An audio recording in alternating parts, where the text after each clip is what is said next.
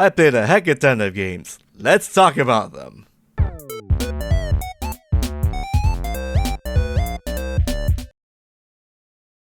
Hi, it's me, John Toya, Mr. Toffee of the Untitled KKP Show, the show where we talk about video games and anime while still figuring out what to call our show. I guess that's all up and running, still ongoing, but hey, let's just talk about the stuff I've been playing because that was the Steam Next Fest that's been happening for middle of February up till March. I mean, right now is March, right now as we're recording this, it's the 2nd of March. I think the next fest is gonna end soon, right? There we go.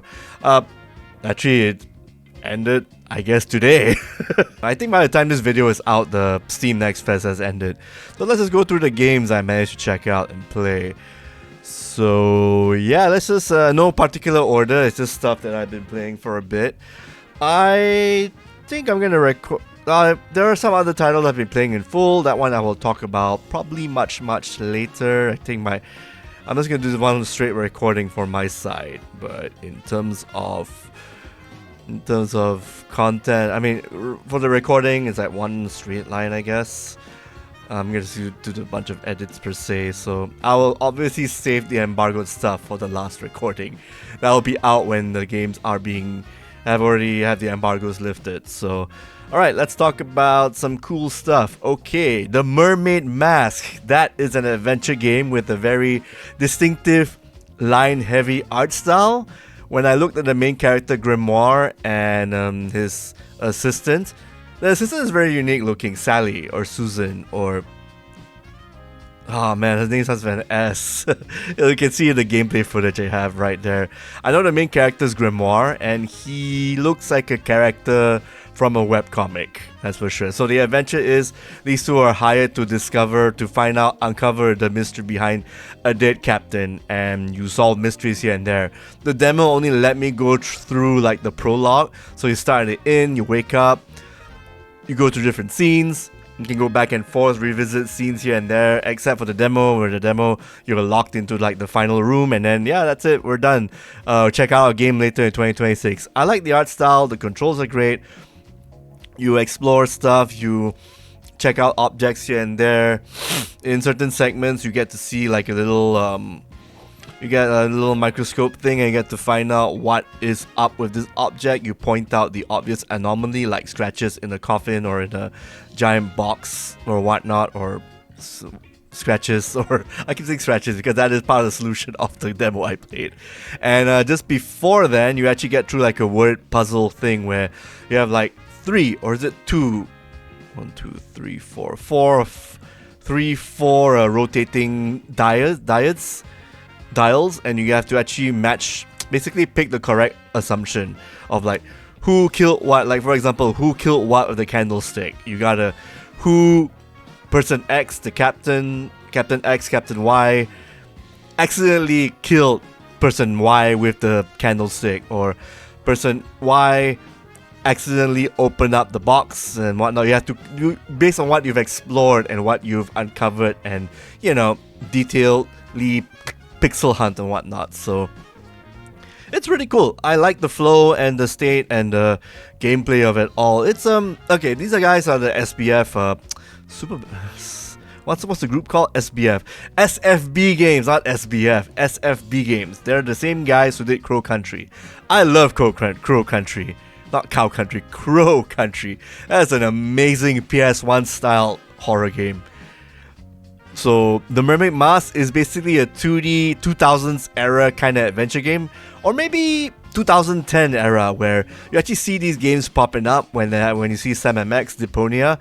It's got that Deponia style art style aesthetic, but more white, more pop colors, and more big eyeballs and highlighted black accentuated figures and silhouettes. I like it. I want to see more, and hopefully this comes out this year. It says 2026. I recommend playing the demo if it pops up again. It's actually one of my favorite demos because it's a very simple demo that gets its point across. Like, you want more? You got this awesome writing and this awesome character banter thing going on, and these lovely aesthetics and backdrops and, reacting to the backgrounds and the writing, and really, really cool stuff. Very, very punchy and very 2010 aughts-ish, you know, in a good way. In a good way. It's not terrible, and I like that kind of writing if it's done well. And here it shows a lot of promise. So looking forward to it.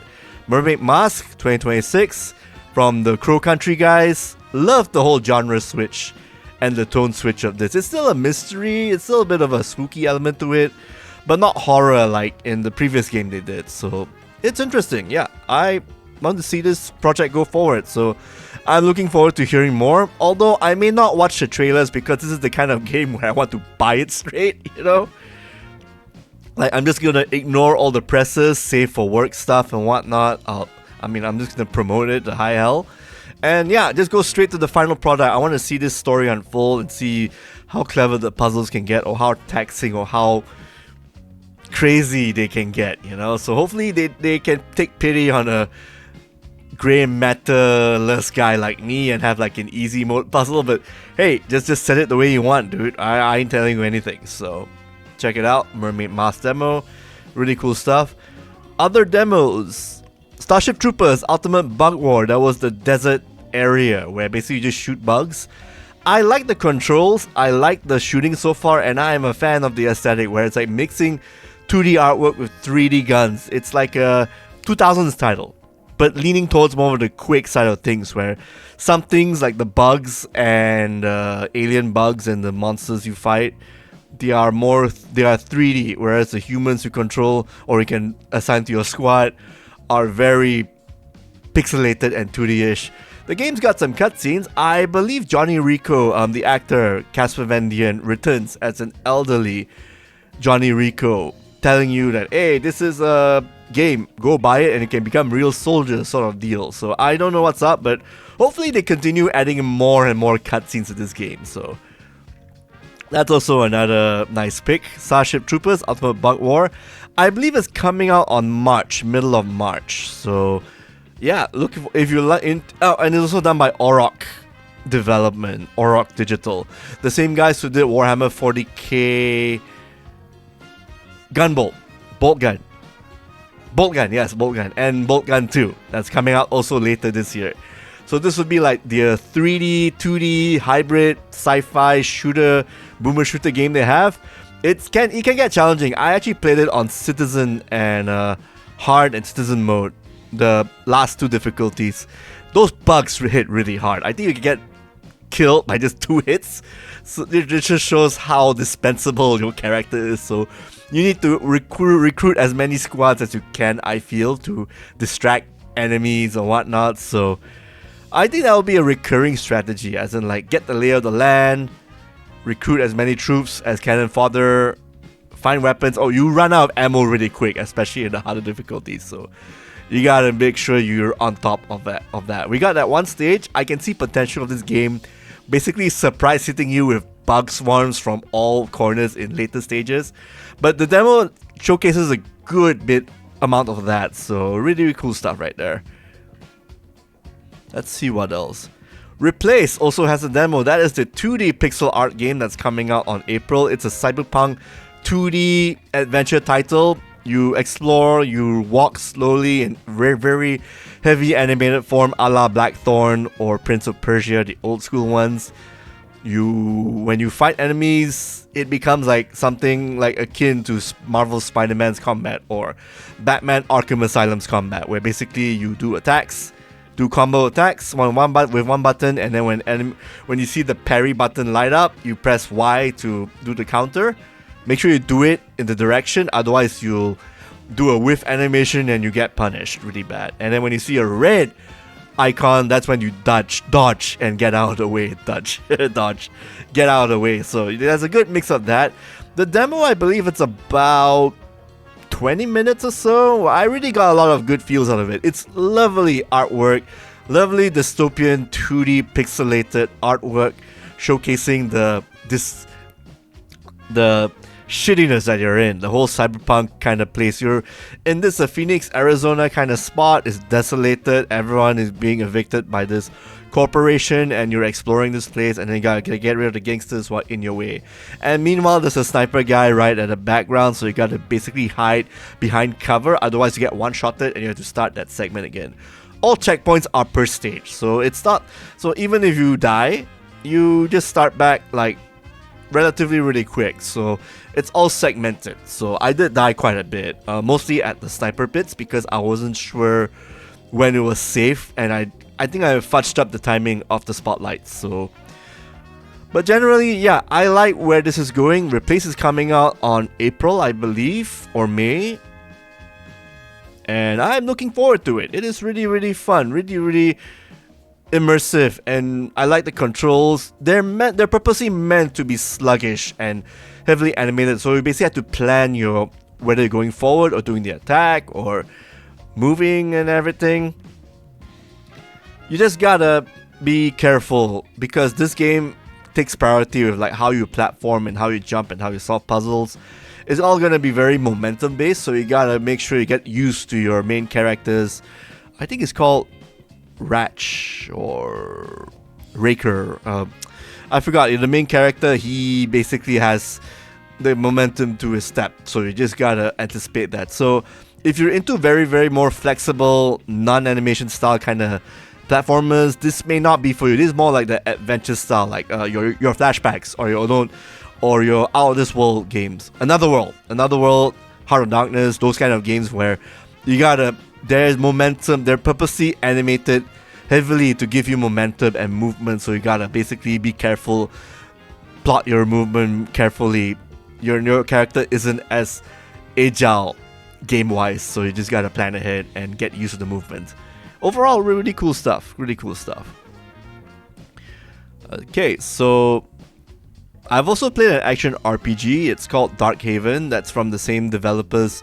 I believe the studio is called Moonbeast Productions. They're made up of ex-Diablo 2 developers from Blizzard North back in the day, and then they left to make games like Torchlight, Hellgate London, and then now Darkhaven. So Darkhaven is this is the alpha demo build. It is very, very rough, I can tell you, because a lot of objects and polygons and particles are loading in as I get into the map.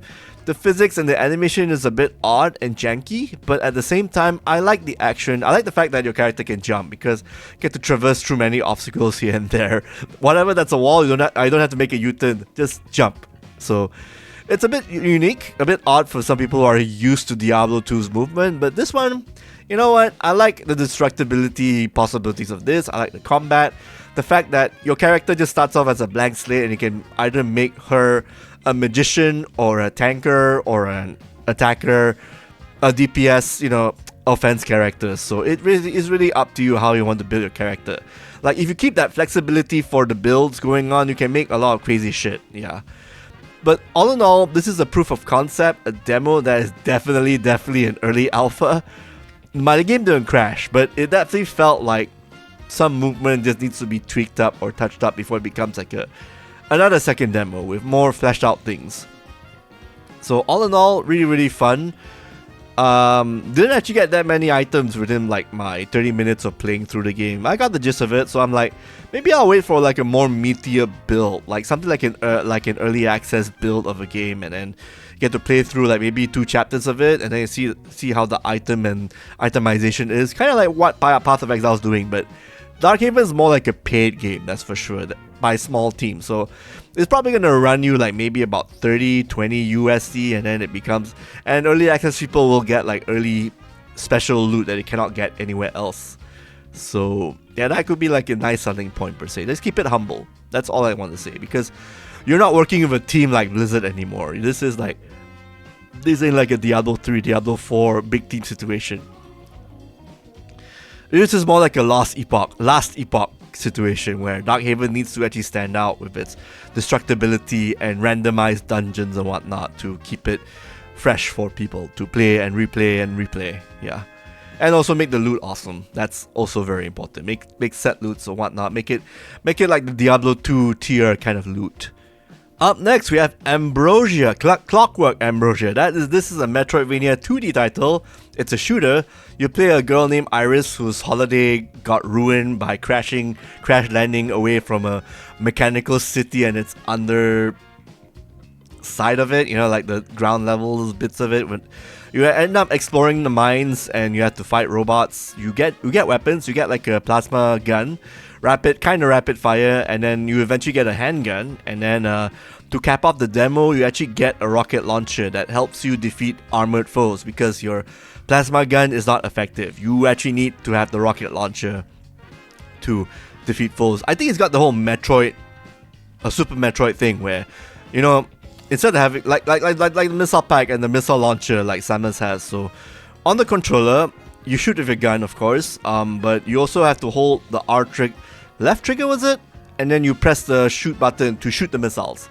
So the missiles can be like on and off, like a quick toggle, like a hold to toggle sort of option deal.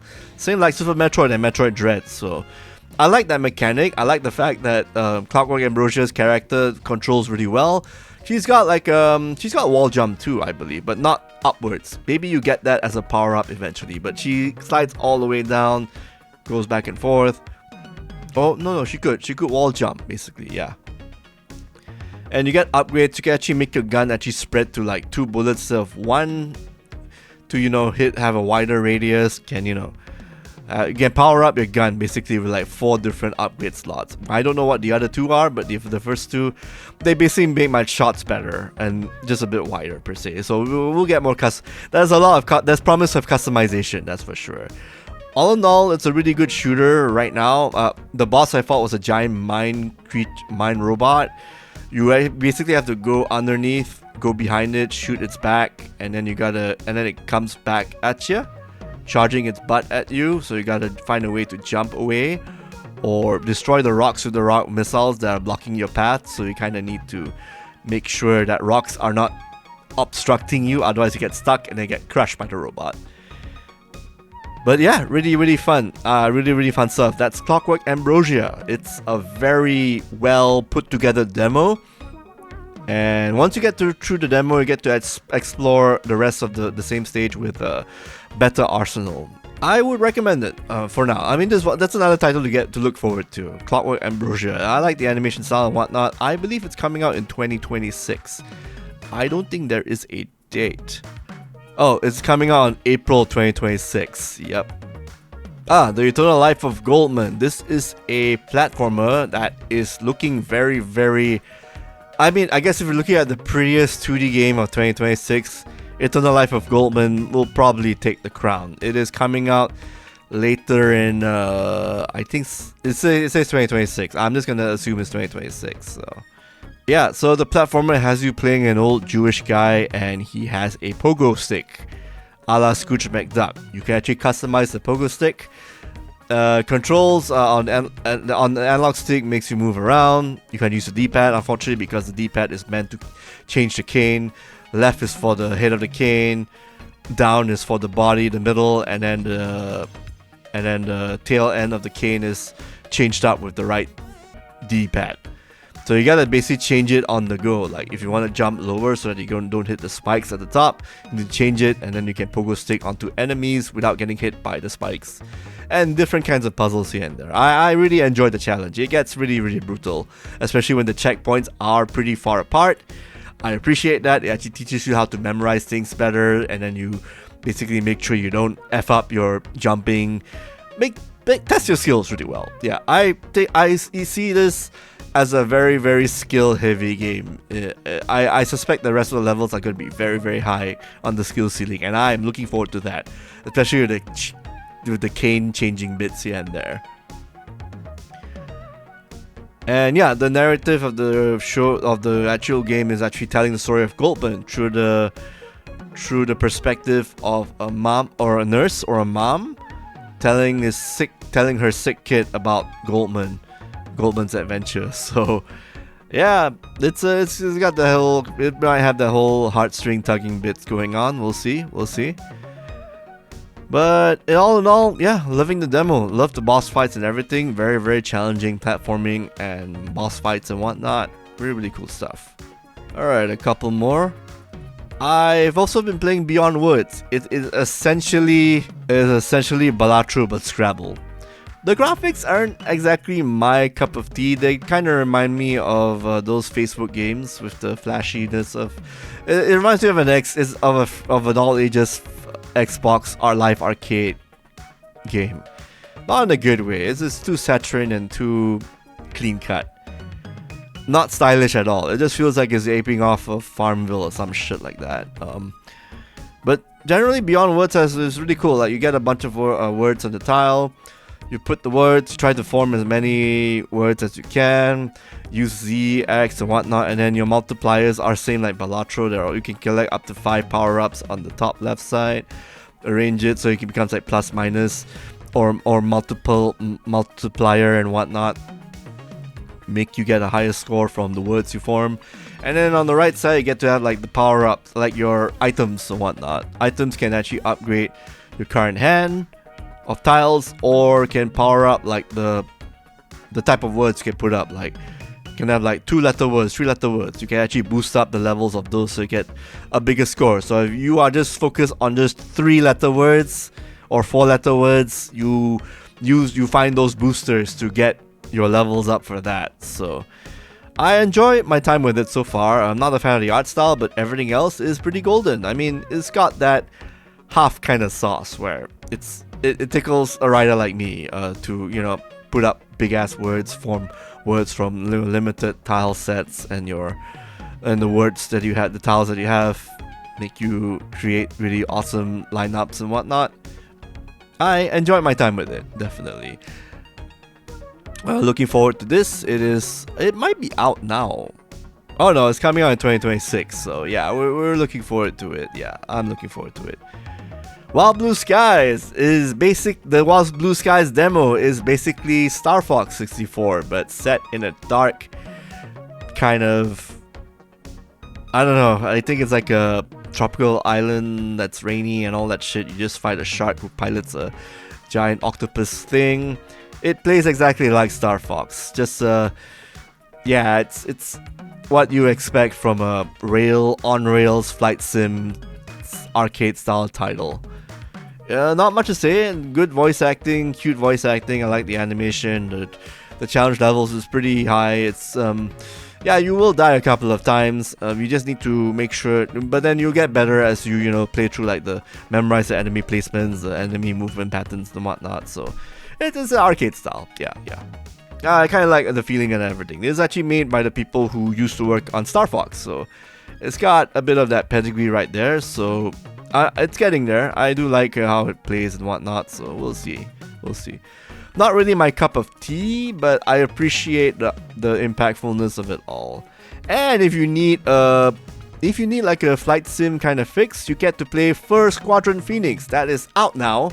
You should actually check that out. It's got that same kind of feel and whatnot of an arcade space shooter. So replayability is there. You get to upgrade your ship so it gets better as you bring it into like your fights and whatnot, so it can be a bit OP the longer you play.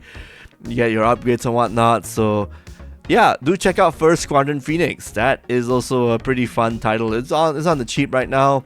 Those developers need a lot of love. It's very, very, very cute. Yeah. Densha Attack. I believe I talked about this. I actually showcased gameplay of that last week. The demo is out. You get to play like the first few stages. You get to do a bunch of tricks on the train. I'm looking forward to that. I like the style, I like the music, I like the really nonsensical story about people driving trains and doing flip tricks on a rail, jumping off, and then possessing a Ferris wheel to become a giant roller coaster, like a giant wheel thing going through the countryside. Yeah, it gets wacky and whatnot. It's a basically Jet Set Radio wackiness, but on a train. On a Japanese train, doing flip tricks and stuff. The mechanics are really easy to get into. You'll definitely need a lot of practice to get the tricks done, as well as figuring out the level. So because there are some stages where they hide like high barricades, you actually have to do a ground pound attack. If you don't do that, you restart that segment and you lose score basically. So you need to actually get the layout of the stages, like replay them as many times as you like, so you can get like a good score without crashing out or whatnot. You get a bonus for not crashing out. So yeah, practice makes perfect. This is the kind of replayability that we need in these kind of games, and I'm glad that Densha Attack is, catering to that arcade style of play in a unique way. Like, if you're familiar with Tony Hawk or Jet Set Radio, this would be the game you want to play and buy. Or Bomb Rush Cyberfun. Bomb Rush Cyberfun is also kind of fun, so Densha Attack should be on your list. I believe it's coming out in 2026. No big date, but worth checking out, that's for sure. Okay, I got a couple more. So I played two similar Devil May Cry 2D action games. One is called Soul Quest. You play this blonde girl who has a giant sword and she can do like Devil May Cry sword tricks. You get to juggle your enemies and you get to fight them. It doesn't feel like a really polished game. I don't know why. Again, I don't like the fact that, whenever you do a combo, you raise your grade from C to B and the music just changes. And then when you go back, when you get hit, it jarringly changes back. It's trying to do the big budget movie music that's trying to react to what you're doing. But the problem is, if you only have like a small team doing it, it's gonna end up with the jarring edits and the abrupt cuts. And you get that a lot in Soul Quest, especially when it's your first time playing and get hit by enemies if you don't dodge properly. And when you do the attacks, when you land the combos or whatnot, I don't feel the impacts and hits and whatnot. I don't hear that happening. It's very, very distressing and very, very floaty. A bit too floaty for my taste. So it has promise. And then when you're platforming, especially, it just feels very, very slip and slidey for the character to be jumping around the way she does. But she has a wall jump, and air dash. So at the very least, if you overcorrect, you get to just slowly go back, slowly move your direction of your fall. So it's not too bad, but it's still very floaty. I do like the fact that you get to keep enemies up in the air pretty long. Now on the flip side, Divinum is an action game. These are demos I played. They're like the same style of gameplay. 2D, action, Devil May Cry influence. Divinum actually has a bit more sauce because the hits are more impactful. Your character feels weighty but not too heavy. She is light as well. Now instead of playing a blonde, you play a brunette, a brown-haired girl. You have magic spells. You get to juggle enemies, and when you dodge and you parry, it feels very impactful and very precise. Well, not too precise, but it feels better compared to Soul Quest. So these are two indie developers making the same kind of game.